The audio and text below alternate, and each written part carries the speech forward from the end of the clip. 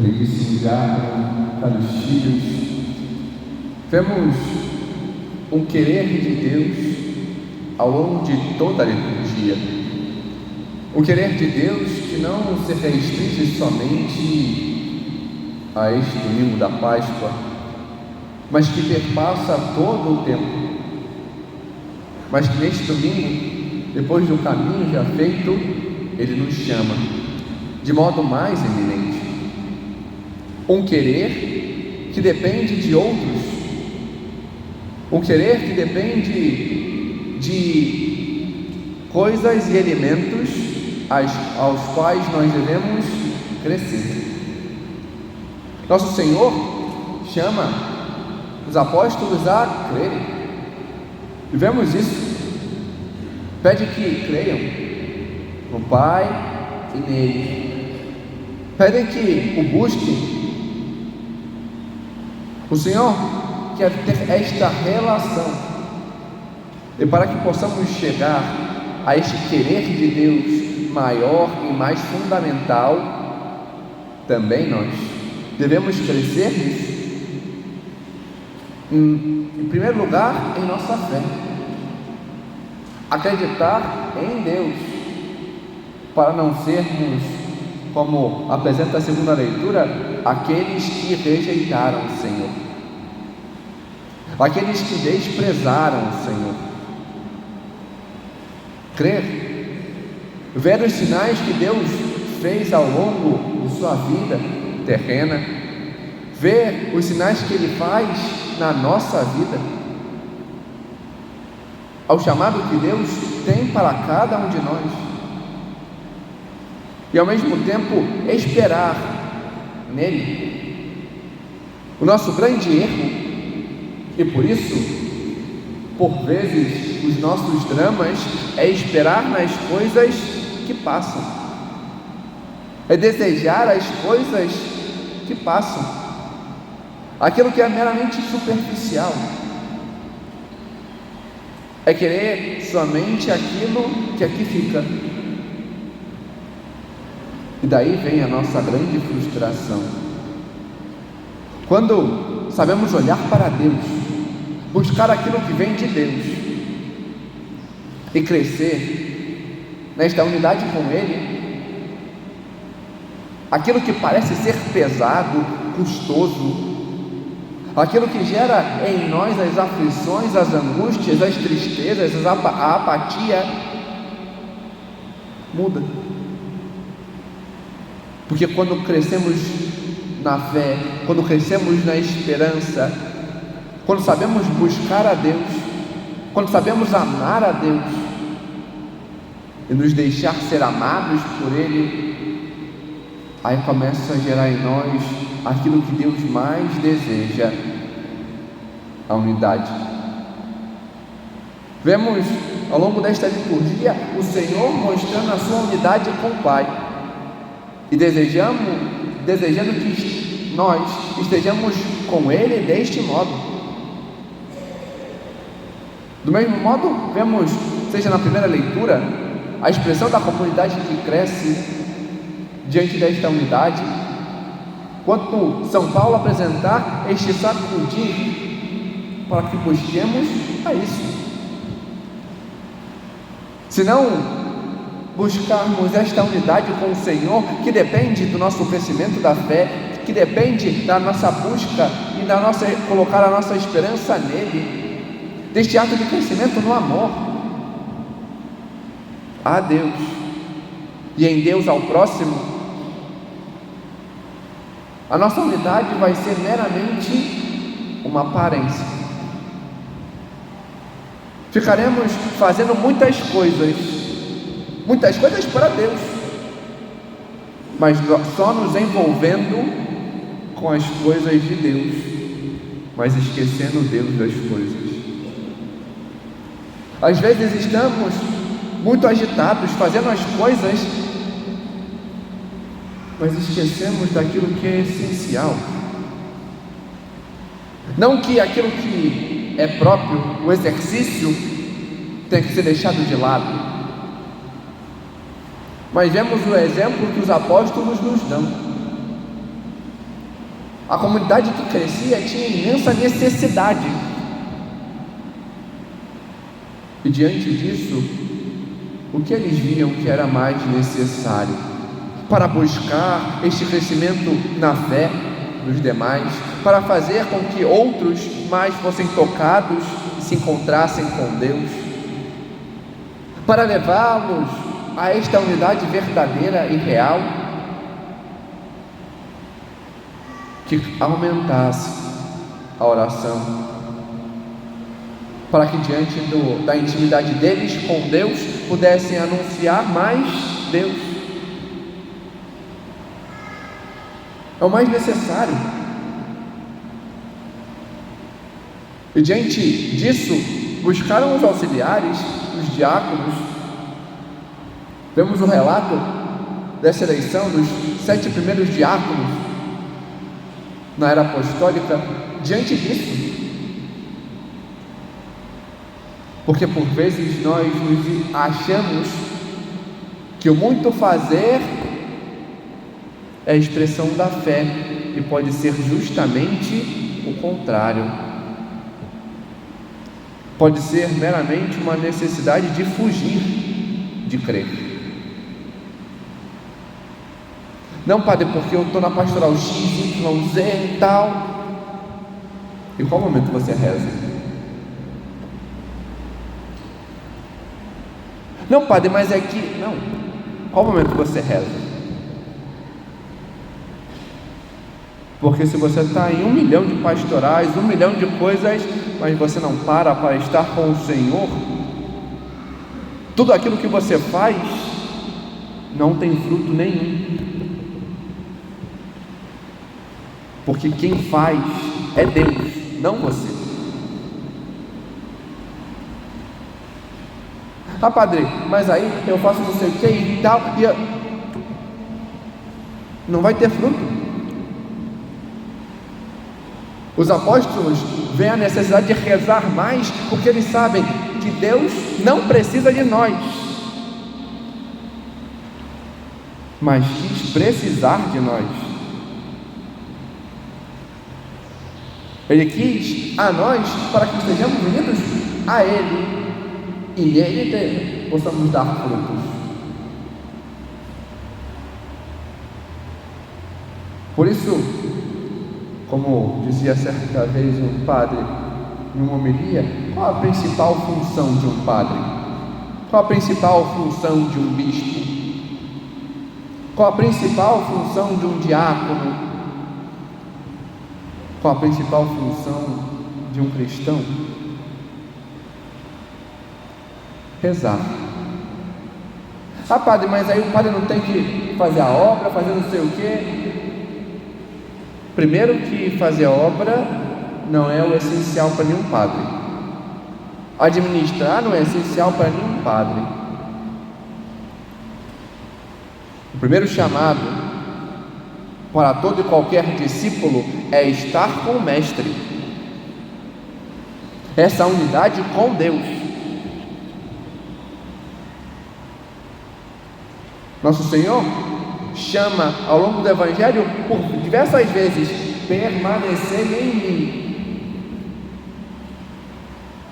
Porque se não permanecemos nele, e se permanecemos somente de modo aparente, mas sem essa seiva que se dá pela oração, a gente vai secar, a gente não vai gerar fruto algum. Nosso Senhor, Ele nos chama a esta mudança, a gente querer essa unidade. Pela oração, crescemos na fé, e crescendo na fé, devemos crescer na vida de oração. Sabendo olhar para Ele, crer nele, crescemos na esperança e na intimidade que gera este amor. Um amor que não é meramente sentimento. Tem gente que fala, não, eu amo a Deus, e fica numa coisa superficial, sentimental e vazia. E como se manifesta este teu amor por Deus? Se não for em atos não de fazer coisas, mas às vezes, por exemplo, de saber parar. Nosso grande problema é não parar. E às vezes vivemos nessa vida ativista, seja fora, seja dentro da igreja, e não temos atenção àquilo que devemos. Temos esta preguiça, que não é só não fazer nada, mas não fazer aquilo que devemos fazer. E assim vamos fingindo que levamos. Nosso Senhor nos chama a ter estes olhos e saber corresponder a Deus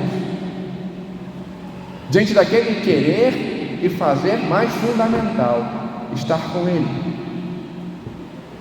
Só assim poderemos ser, como São Paulo apresenta na segunda leitura, pedras vivas desta edificação espiritual, pedras vivas da igreja, membros reais do corpo místico de Cristo, verdadeiramente unidos a Ele.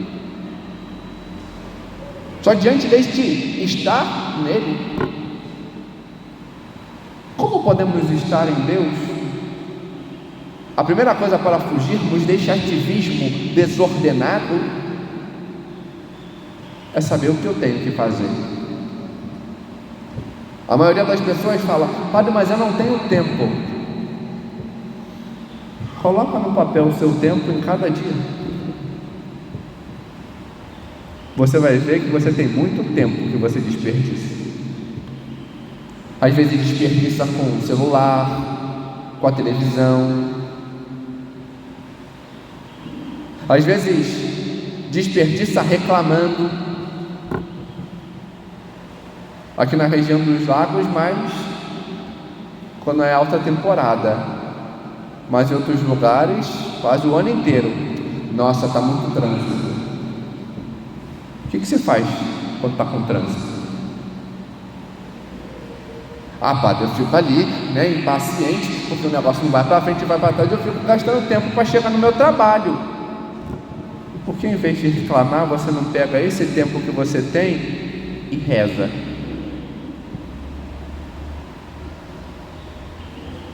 Pode?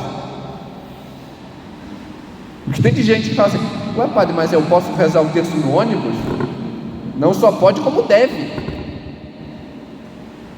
Em vez de ficar reclamando porque o trânsito não anda, você converte em oração, em unidade com Deus.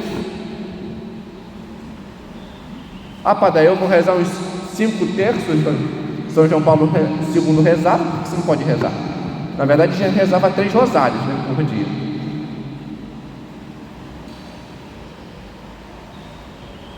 Ah, padre, e se eu tiver que fazer outras orações? Você pode escutar uma pregação, você pode já levar o ponto bíblico que você vai ler. Ah, padre, mas porque aí eu leio, lá, o capítulo X todo. Eu falei: para que você vai ler um capítulo inteiro da Bíblia se você não consegue guardar 5 versículos?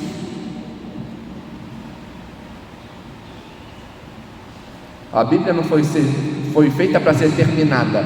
Não é um livro de historinha que você lê e termina. A Bíblia é para te alimentar, para alimentar a sua fé. Pega um trechinho pequeno,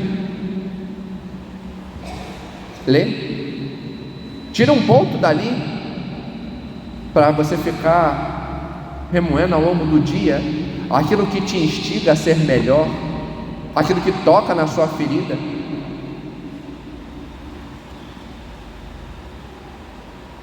Pega o terço, em vez de ficar para nossa achando que você está maratonando, e coloca quais são as suas intenções. Começa o terço e coloca quais são as suas intenções. Ah, tem aquela minha amiga que falou alguma coisa, tem aquele minha avó, meu tio, tem aquelas pessoas que faleceram, coloca as suas intenções ali, apresenta a Deus as suas intenções e reza. Reza por eles, reza pela sua vida, pela sua família. Coloca diante de Deus os seus planos.